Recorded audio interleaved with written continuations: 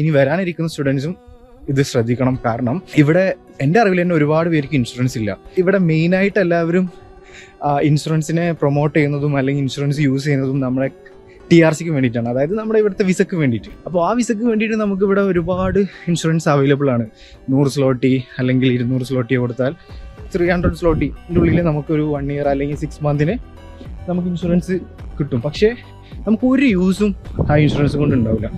ഈ അടുത്ത് എൻ്റെ ഒരു ഫ്രണ്ടിന് ഇതേപോലൊരു ചെറിയൊരു ആക്സിഡൻറ്റ് ഉണ്ടായിട്ട് 10,000 സ്ലോട്ടി 10,000 സ്ലോട്ടി അവനക്ക് ഇൻഷുറൻസ് ഉണ്ടായിരുന്നില്ല. എന്നിട്ട് ഈ ഇൻഷുറൻസ് എടുത്തിട്ട് അവനക്ക് ക്ലെയിമായി, ലൈക്ക് സർജറിയും കഴിഞ്ഞു. മേ ബി 1-2 തവണ ഒരു ഡോക്ടറെ കൺസൾട്ട് ചെയ്യാം എന്നതിലുപരി നമുക്ക് ഒരു രീതിയിലുള്ള ഒരു യൂസും അതുകൊണ്ടില്ല. അപ്പം ഞാനിപ്പോൾ NFZ ഇൻഷുറൻസിനെ പരിചയപ്പെടുത്താൻ കാരണം ഇതൊരു പബ്ലിക് ഇൻഷുറൻസ് ആണ്.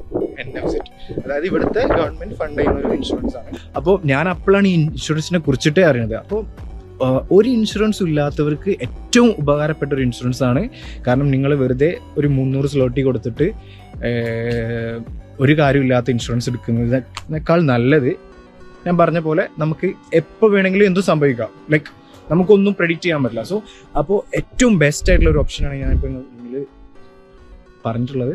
അപ്പോൾ ഇതിനെക്കുറിച്ച് എന്തെങ്കിലും ഡീറ്റെയിൽസ് അറിയണമെന്നുണ്ടെങ്കിൽ എന്നെ കോൺടാക്ട് ചെയ്യാം, അല്ലെങ്കിൽ ഞാൻ ഡിസ്ക്രിപ്ഷനിൽ ഇതിൻ്റെ എല്ലാ ഡീറ്റെയിൽസും